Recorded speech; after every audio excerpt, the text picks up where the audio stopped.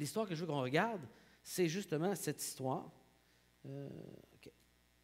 Et je vous ai fourni une feuille avec les quatre textes parallèles que vous pouvez avoir recto verso. OK? Vous avez les 4 histoires, dans les 4 fois la même histoire, mais dans les 4 différents évangiles. OK? Comme ça, vous n'aurez pas à avoir 4 doigts, puis ça va être dur à suivre. Là. Vous allez pouvoir le faire plus simplement comme ça. Et vous pourrez aussi prendre le temps de le lire et l'approfondir à la maison également pour regarder les différents détails auxquels je vais faire allusion justement. On va en lire un de ces récits-là et on va aller justement dans Jean. OK? Jean chapitre 6. Remarquez bien, pendant que vous y tournez, j'ai mis sur votre feuille ici les textes parallèles avant et après pour vous aider à apprécier. OK? Donc, vous l'avez là ici en avant de vous autres. Donc, ce qui différencie évidemment les récits, et on va le répéter dans les observations, mais j'en profite pour les faire ici avant. Alors, première chose, c'est le récit qu'on veut regarder, il est juste ici. OK? Donc, le retour des 12, Jésus se retire de l'autre côté, de l'autre rive, et nourrit finalement une foule de 5000 personnes. OK? Et là, vous avez l'histoire ici dans les 4 différents évangiles. Maintenant, ce qu'on peut remarquer déjà en comparant les évangiles, c'est que dans les 3 autres, que Jean n'a pas ici, là, c'est précédé par l'histoire d'Hérode qui vient de mettre à mort Jean, et Jésus qui apprend cette nouvelle-là et qui en est triste. On ne pense pas souvent à ça, là. Mais c'est les autres évangiles qui nous donnent cette information-là, du contexte de pourquoi Jésus s'en va à l'écart, se retirer et veut se retrouver seul. Il vient d'apprendre tristement que son cousin est mort, Jean-Baptiste, lui qui était le Élie, annoncé dans ces testaments, qui serait le précurseur du Christ, qui préparerait le terrain, qui labourait le terrain pour préparer la venue de Jésus, et qui là se fait tuer par Hérode pour des niaiseries, il faut le dire. Hein?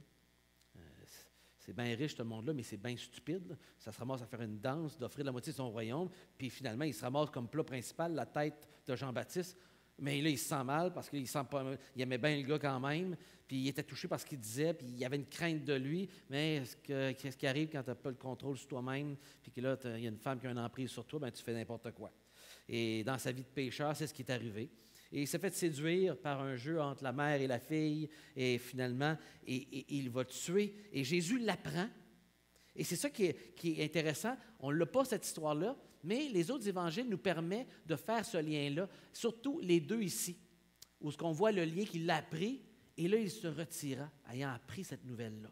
Donc, la raison qu'il se retire pour aller à l'écart, se retrouver tout seul, c'est à cause de ça. Mais finalement, comme dans l'histoire qu'on a vue, où ce qui se retire pour être avec ses disciples, puis les enseigner à tir, il y a une foule qui entend parler qui est là, puis finalement, il n'y a pas moyen d'avoir la paix. Jésus vit continuellement ça, la difficulté de se retrouver seul parce qu'il a besoin de ressourcement. Si tu as une peine, as-tu le goût d'aller dans un party, toi? Tu as un deuil? Ben, lui non plus. Et Jésus se retire à l'écart. Hein, non, il y a une foule qui arrive, Jésus aime les gens, et il va le décrire aussi dans cette histoire-là, dans Marc et dans Matthieu, il va mentionner qu'il les voit comme des brebis sans berger, il a pitié d'eux, et là, finalement, ben, il les enseigne, et là, finalement, ben, là, ils sont là, ils les gardent longtemps, mais là, finalement, alors, on ne va pas les renvoyer, ils ont loin à faire, là, ils commencent à les nourrir. Mais c'est le cœur de Jésus qui fait qu'il va prendre soin de ces gens-là et s'occuper d'eux, alors que lui avait besoin de ressourcement d'être seul. Vous voyez? Jésus qui se préoccupe de ces gens. Maintenant, aussi, remarquez bien après, il envoie les disciples de l'autre côté, à Bethsaïda, et marche sur les eaux. OK?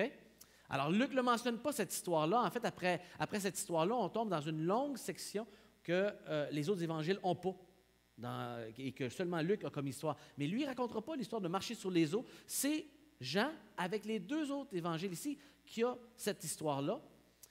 Et là, ici, il y a une erreur. Là. Ça, c'est supposé être juste ici. Mais il y a l'histoire ici, la multiplication, la multitude nourrie miraculeusement cherche et trouve Jésus. Et là, il va tout avoir un discours avec ces gens-là qui cherchent, mais pas pour les bonnes raisons. Ces gens-là dans Jean, à qui Jésus va faire un discours, confronter certaines affaires. En tout cas, on va en lire une partie. Donc, Jean amène toute une section ici que les autres n'ont pas, ils vont passer à un autre miracle. Mais Jean, lui, va prendre un chapitre et parler que Jésus comme pain de vie qui a nourri cette foule. Il prend la multiplication, le fait de marcher sur les eaux et de se retrouver tout seul avec les disciples, et là va enseigner dans la synagogue à Capernaum, si je ne me trompe pas, à partir de cette leçon-là. Lisons cette section-là. OK? Jean, chapitre 6. Et je parle beaucoup, là, fait que je vais demander à quelqu'un de nous lire ça bien fort. Un ou une volontaire qui veut nous lire ça bien fort, s'il vous plaît, pour le bénéfice de tous. Lucie? Je pensais avoir vu ta main. Non. OK. David? Chapitre 6, donc, versets 1 à 14. Bien fort.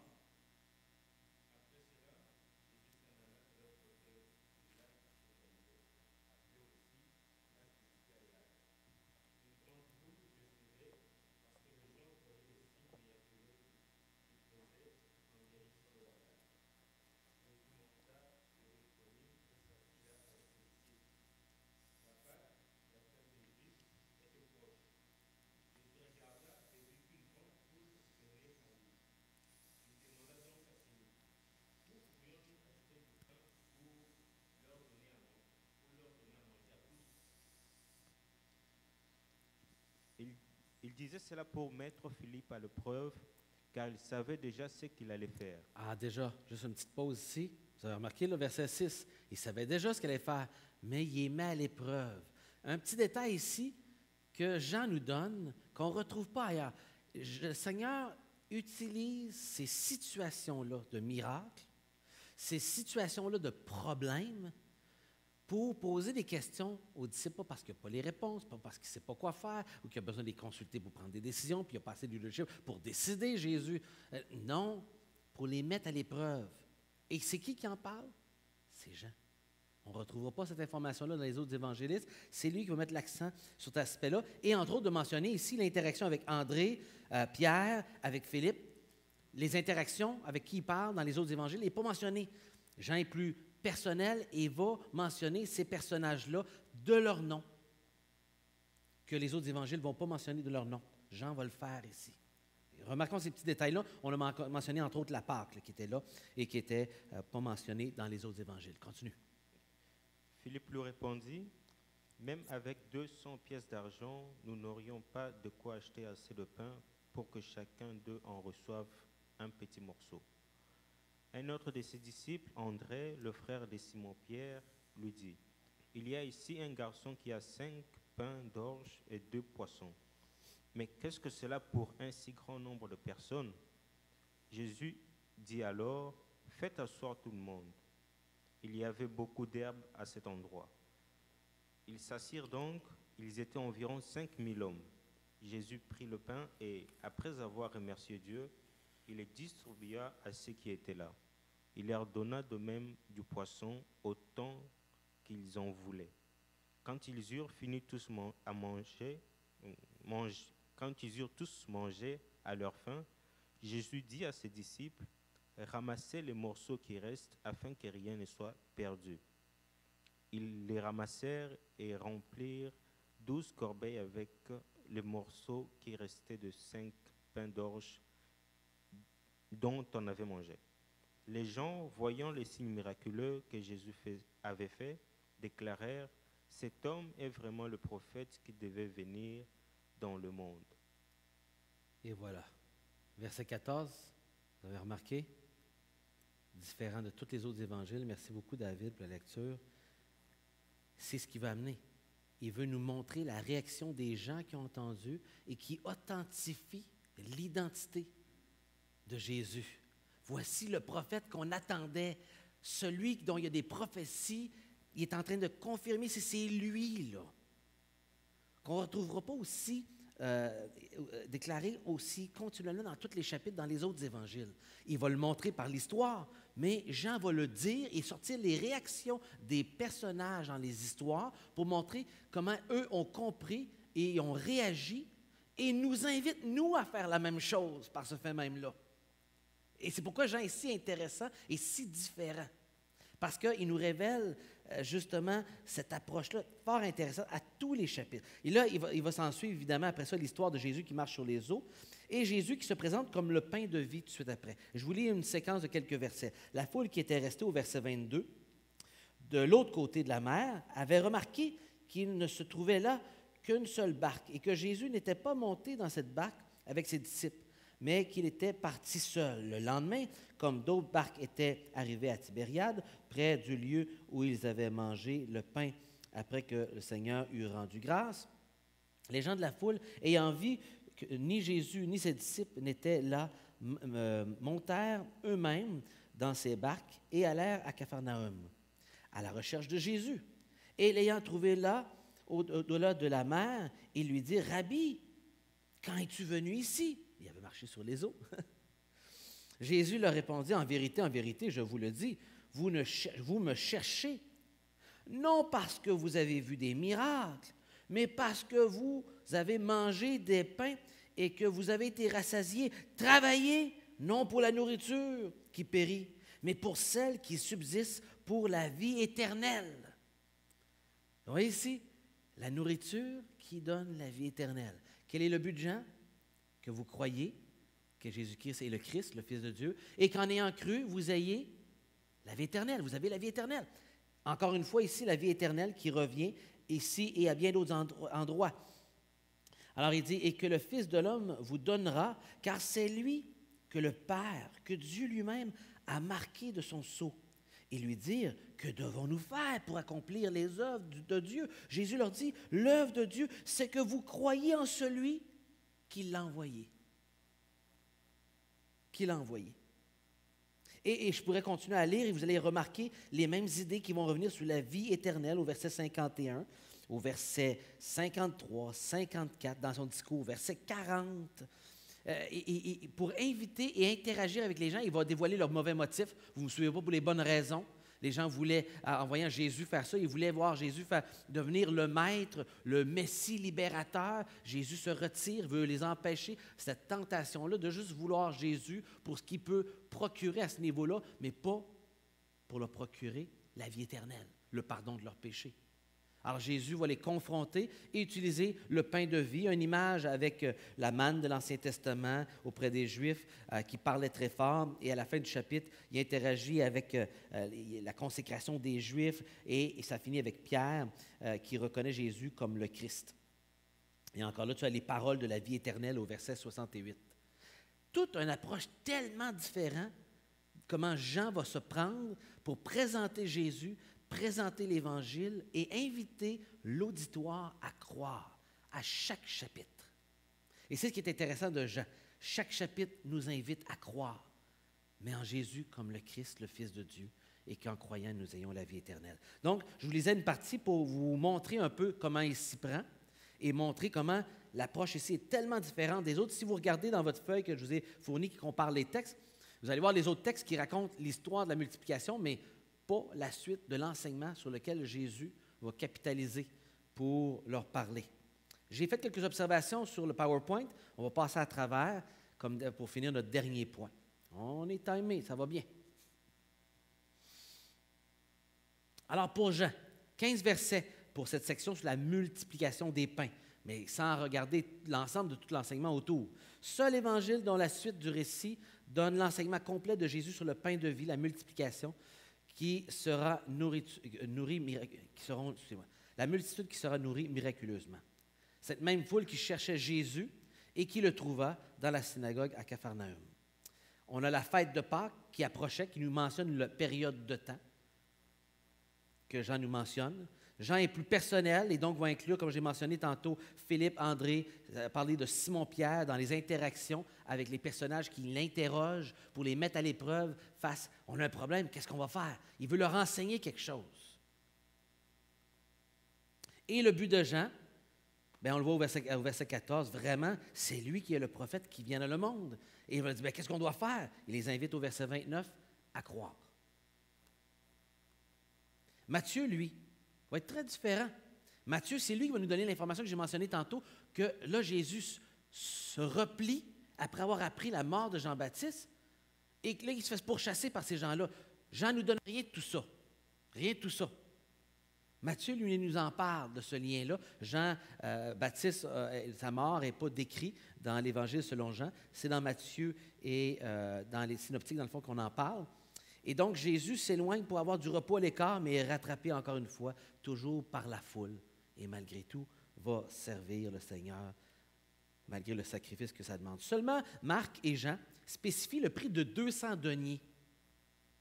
Et là, 200 deniers, c'est important. On parle ici environ d'un denier par jour pour le travail d'un journalier. Fait que donc, on parle, mettons un salaire minimum, on parle d'un 200 jours de travail pour payer pour la nourriture de toute cette foule-là. On pourrait facilement parler d'un chiffre peut-être d'autour de 20, 25, 30 000 $ comme équivalent pour nourrir une foule de 5 000 hommes. Sans les femmes et les enfants, Matthieu nous dit. Les autres ne le disent pas, mais Matthieu spécifie sans les femmes et les enfants. Dans les 2 miracles de multiplication des pains, 5 000 et les 4 000, sans compter les femmes et les enfants, qu'on ne retrouve pas dans les autres évangiles. C'est un petit détail qui appartient. Donc, on parle ici d'un grand coup qui fait que Philippe dit, même ça ne suffirait pas. Imaginez, vous avez une foule à peu près 20 000 personnes. Allez acheter la nourriture. D'un, où je vais trouver la nourriture toute prête là, pour 5 000 personnes proches? Là? Sérieusement. Vous avez une foule imprévue chez vous, OK?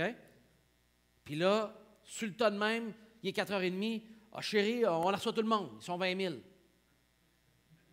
Et où la bouffe toute prête pour 20 000? Puis si elle est toute prête, comment elle va te coûter ici au Québec? Un bras puis une jambe. C'est garanti. Et il les met devant ici que humainement, il n'est pas obligé, il pourrait les renvoyer. Mais ces gens-là viennent juste d'être nourris par Jésus. Nourris de ses paroles, nourris de son enseignement. Et il ne veut pas les envoyer à vide. Ce miracle va venir justement affermir l'enseignement de la parole de Dieu dans leur cœur. Ça ne veut pas dire qu'ils vont toutes la recevoir comme il faut, mais néanmoins. Matthieu est celui qui ajoute évidemment la question des 100 femmes et les enfants dans les 2 multiplications. Marc, lui, unique à souligner le cœur compatissant de Jésus envers la foule. Avec Marc, et Marc, c'est les deux qui vont souligner, il y avait un cœur compatissant. Il fut ému de compassion pour cette foule. Le cœur de serviteur de Marc, excusez-moi, et qu'il va trouver dans Matthieu aussi, mais que Marc souligne particulièrement parce qu'il les voyait comme des brebis sans berger. C'est Marc qui va souligner ça. Et Matthieu ne soulignera pas l'aspect de brebis sans berger. Une image fort intéressante qui nous montre vraiment le cœur dans Matthieu de serviteur pour les êtres humains qui sont perdus. Et évidemment, ça montre la compassion du Seigneur. Jésus a besoin de repos et de consolation. Malgré tout, il demeure au service du monde et donc sert les gens avec compassion. Un miracle d'un nouveau genre aussi. Notons ceci. Là, ici, ça a été mis comme un seul point, mais en réalité, c'est une petite erreur. Là, il y avait 2 points. Je vais retourner à mes notes. Là. Miracle d'un nouveau genre. Qu'est-ce que je veux dire ici par un miracle d'un nouveau genre? L'autre ici, c'est un autre point. Dans le fond, c'est une petite erreur, là, désolé. Jusqu'à présent, c'était surtout des miracles pour la maladie et les possessions démoniaques. Mais là, il pourvoit aux besoins quotidiens. C'est de la nourriture. Pas seulement des choses indispensables.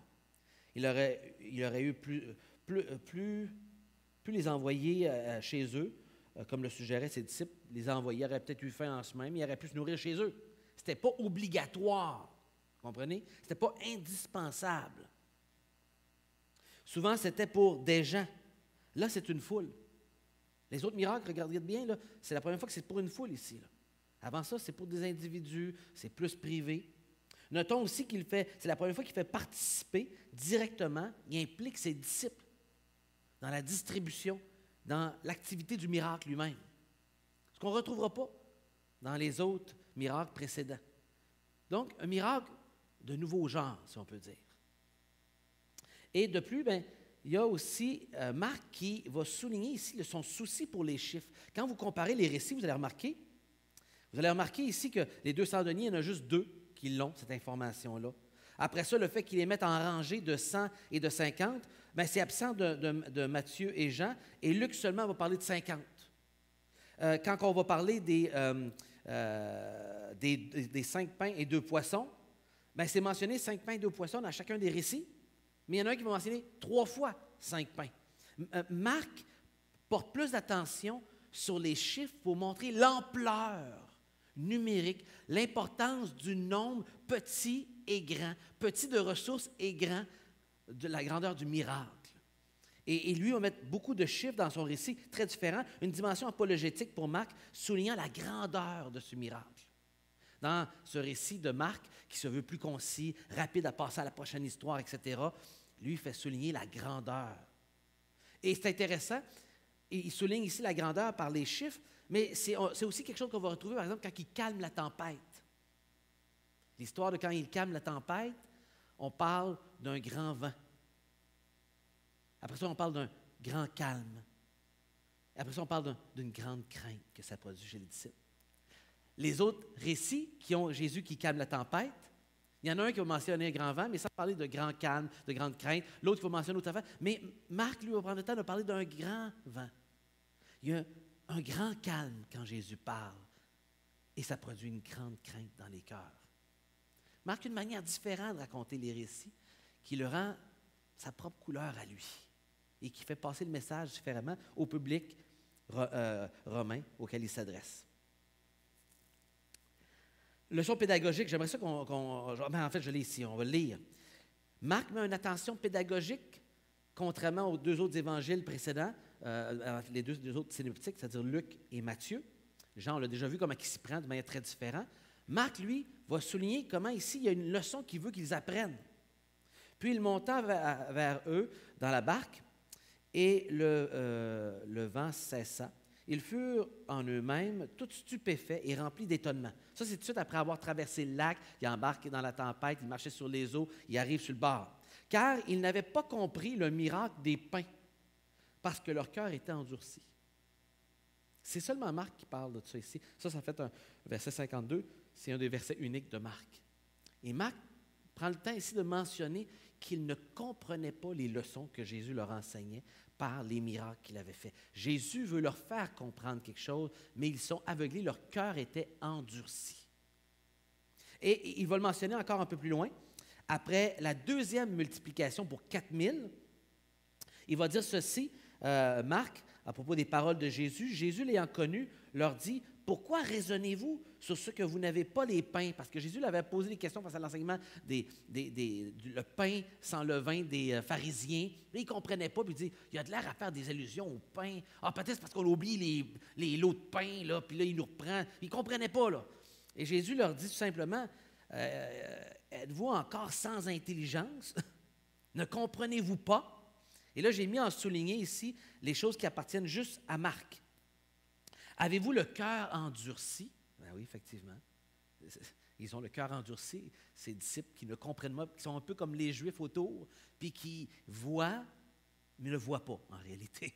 Ils ont le cœur endurci, ils sont voilés, comme l'utilisait un des évangiles tantôt qu'on a lu.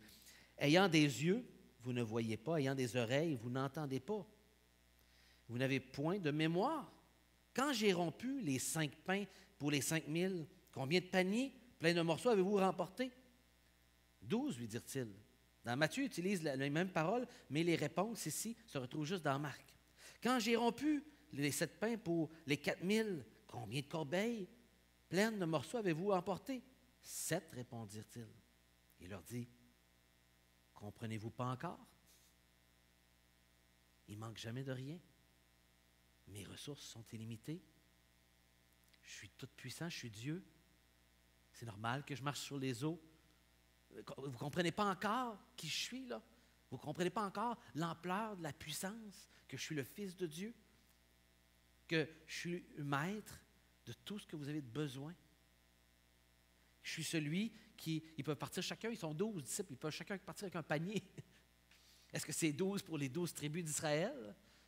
J'ai entendu un auteur, comme un homme qui accompagne des gens pour visiter la terre promise avec Back to the Bible, qui enseignait ça, puis il faisait allusion comment que la multiplication pour les 5000, c'était avec un public juif, 12 tribus, et que les 4000, c'était de l'autre côté de la mer, du côté païen, où il y avait 7 villes païennes, et que Dieu est en train de dire ici que celui qui pourvoit pour les 12 tribus d'Israël à leurs besoins, pourvoit aussi pour les tribus païennes. C'est le même créateur, le même pourvoyeur. Est-ce que c'est ça qu'il veut dire exactement ici? Il n'explique pas toute la compréhension, mais on voit ici qu'il y a une leçon qu'il veut leur faire comprendre et qu'ils ne comprennent pas. Qui le souligne? C'est Marc, qui veut montrer ici le besoin des disciples de comprendre des choses et l'attention que Jésus leur porte comme serviteur à les enseigner continuellement. Luc, lui, est le seul à ne pas inclure le récit de marcher sur les eaux tout de suite après. Il y a l'histoire, mais il parle du départ puis ce qui s'est passé après, mais saute directement à la reconnaissance de Pierre de Jésus comme Christ. Tout de suite, il va à qui est Jésus.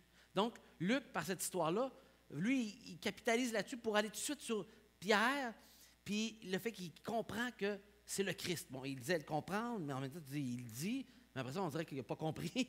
Il va reprendre le Christ dans d'autres interactions, mais quand même, alors que les trois autres évangiles passent directement au récit de Jésus qui marche sur les eaux, ce qui rend le récit de Luc, qui est plus court, il y a juste 6 versets, et qui va passer tout de suite à l'identité et continuer sur des versets qui appartiennent strictement à Luc, axés vraiment sur Jésus qui se préoccupe des gens perdus. Luc est plus bref de ces récits, et les deux autres synoptiques ont tous deux en commun plusieurs histoires de Jésus après, dans Marc et dans Matthieu, que Luc n'a pas. Cet épisode avant la première annonce de Jésus au sujet de sa mort et sa résurrection rend Luc très différent dans son approche. Et voilà.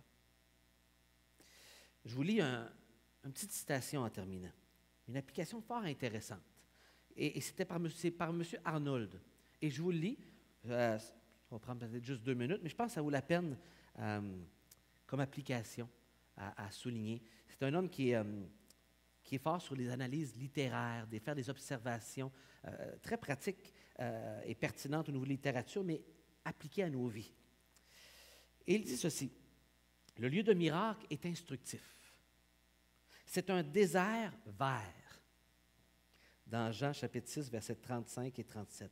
D'une part, c'est un lieu désert où se passe le miracle, c'est-à-dire un lieu où la nourriture est rare, surtout lorsqu'il parle de nourrir une foule aussi nombreuse. Il n'y a pas assez de nourriture dans ces endroits-là. C'est sûr, c'est un lieu désert.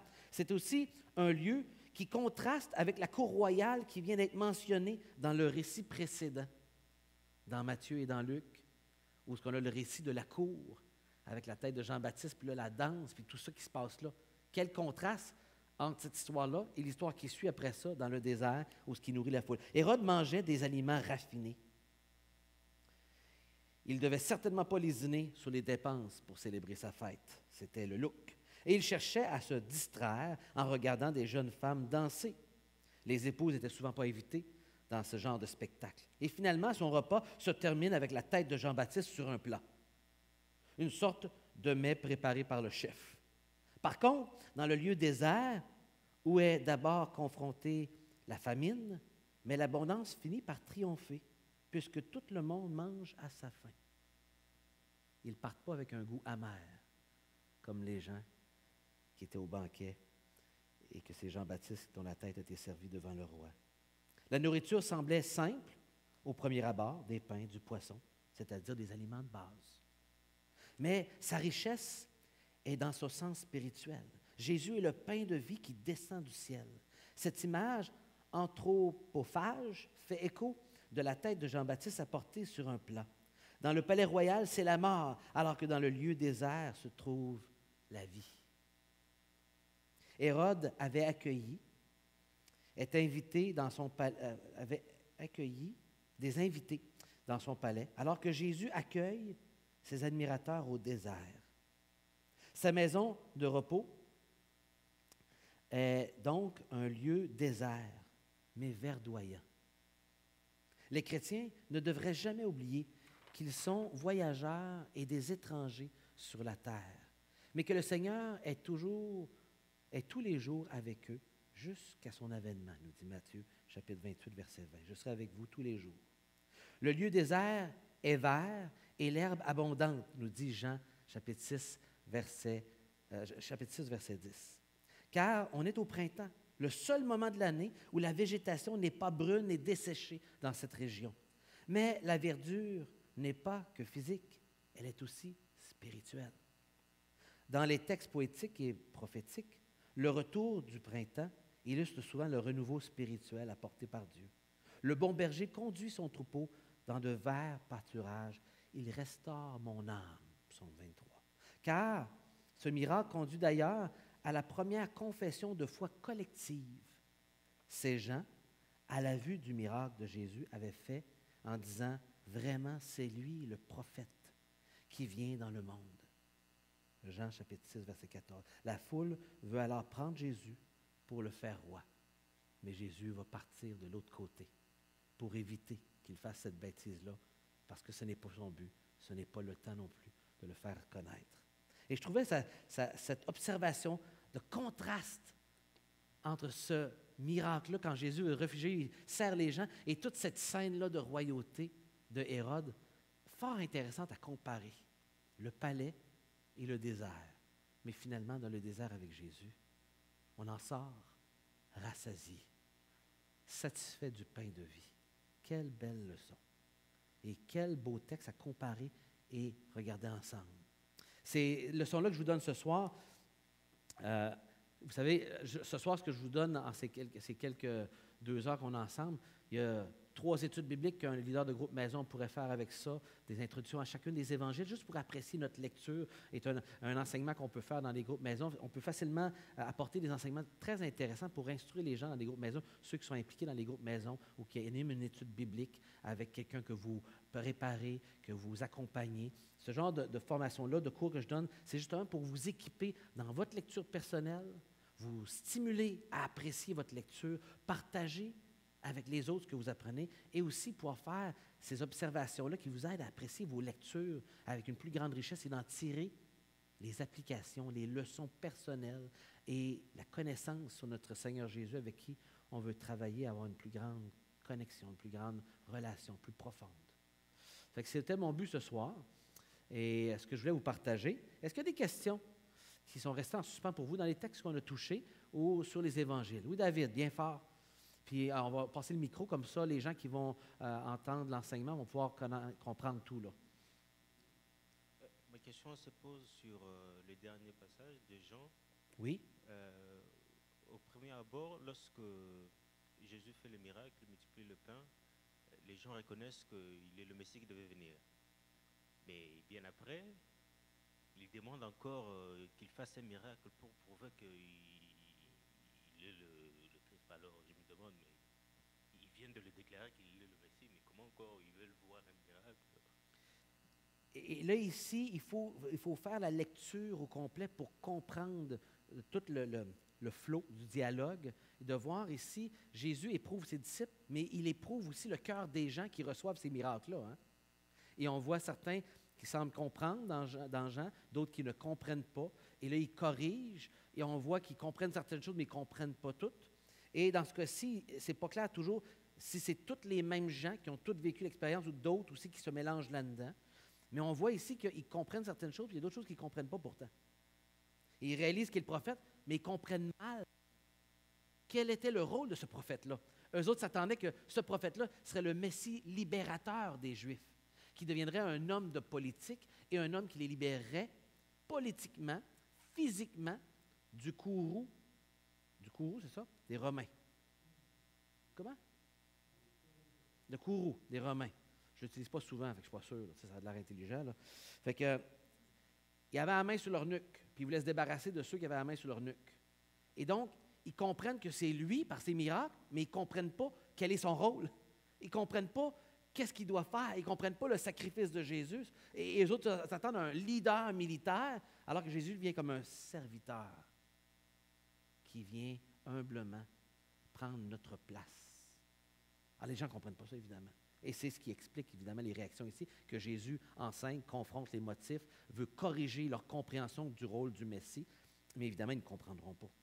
Beaucoup, en tout cas, ne comprendront pas en général, la majorité.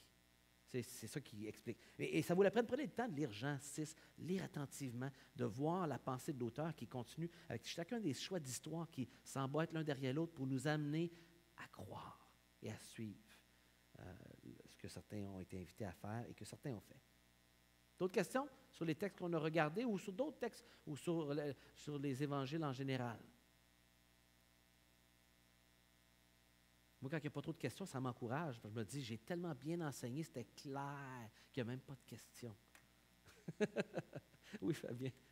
Par rapport à l'Église, qu'est-ce qu'on...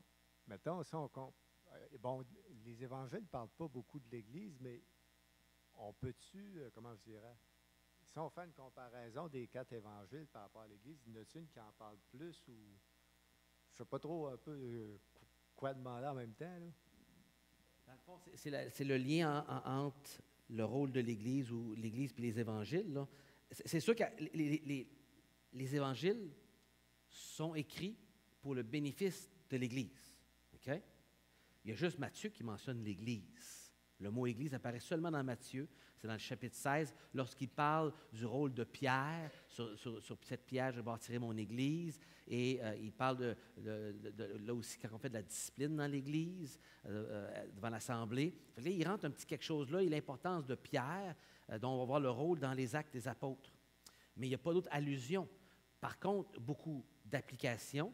Et les enseignements de Jésus étaient non seulement pour les Juifs religieux, mais s'appliquent aussi aux chrétiens qui étaient devenus religieux, souvent, aux chrétiens qui n'ont pas compris la grâce de Dieu et qui était Jésus. Et donc, ils enseignaient les chrétiens sur qui est Jésus pour les aider à développer leur relation avec Jésus. Quand je lis les évangiles comme membre d'une église, là, qui fait partie du corps de Christ, c'est le corps de Christ qui veut connaître celui qui a fait le corps, celui qui en est le propriétaire du corps. Et c'est lui. Fait que donc, les évangiles sont vraiment pour l'Église, pour connaître Jésus, ce Jésus dans lequel on place notre foi. Et pourquoi il vaut la peine, comment il a vécu. Et donc, ça travaille ma compréhension, ma connaissance de Jésus, mais également ma relation avec lui. En voyant les attitudes qui confrontent avec les Juifs, qui sont mes attitudes, en voyant les incompréhensions qui sont nos incompréhensions également, qui enseignent et qui nous enseignent à comment vivre aussi. On peut penser, par exemple, à comment vivre. Je pense que c'est un titre que j'ai mis pour la section du chapitre 5 à 7 sur le sermon sur la montagne. Comment vivre avec Dieu. De Matthieu qui s'adresse aux Juifs, c'est dans elle qui parle de l'Église. C'est spécial. Oui, mais aussi, il faut comprendre qu'il parle quand même, pas juste aux Juifs, mais aussi aux Juifs croyants, autant que pour des Juifs non croyants. Hein? Il prouve, mais en même temps, il a affermi la foi des croyants qui sortent du judaïsme, sachant quand même que ce n'est pas juste des Juifs qui vont le lire, mais adressé surtout probablement aux Juifs qui sont en Palestine, plus que pour les églises dans toute la Méditerranée. D'autres questions en terminant? On est pas mal timé en plus de ça. Vous n'allez pas finir tard. On va pouvoir terminer en priant, puis vous laisser partir sur ce mot. On va prier? Mon Père Céleste, merci pour ta parole et je te prie ce soir que ce temps qu'on a pris à lire les Écritures, à comprendre le rôle de chaque évangile, à apprécier ces histoires et comprendre les leçons, les différences, que tout ça ne soit pas juste de la connaissance dans notre tête, Seigneur, mais que tout ça nous aide à comprendre chaque évangile, à apprécier chaque homme que tu as choisi, très différent l'un de l'autre, comme tu nous as choisis aussi très différents l'un de l'autre, pour partager ta parole. Merci pour ces hommes que tu as choisis. Merci d'avoir protégé ta parole. Merci parce qu'on a 4 récits qui nous racontent la vie de Jésus, qui nous aident à apprécier davantage la personne de Jésus et comment il a vécu et toutes ces leçons qu'on peut retirer de sa vie pour ma vie à moi. Pas juste pour avoir de la connaissance sur Jésus, pas juste pour avoir de la connaissance sur comment ça a été écrit, ces histoires. Non, pour connaître Jésus, développer ma relation avec lui, comprendre son cœur pour les perdus, comprendre son invitation, comprendre qui il est et comment il a pu vivre ici-bas comme homme et réussir à accomplir la mission de Dieu que Dieu lui avait donnée, le Père, et de le faire en toute humilité, obéissant jusqu'à la mort. Tout comme nous, on veut le faire également. Aide-nous, Seigneur, à marcher dans les pas de Jésus, même si on se sent incapable, indigne, pas à la hauteur. Seigneur, on veut, comme Jésus, marcher à ta suite, Seigneur, dans la prière, dans une attitude humble de serviteur.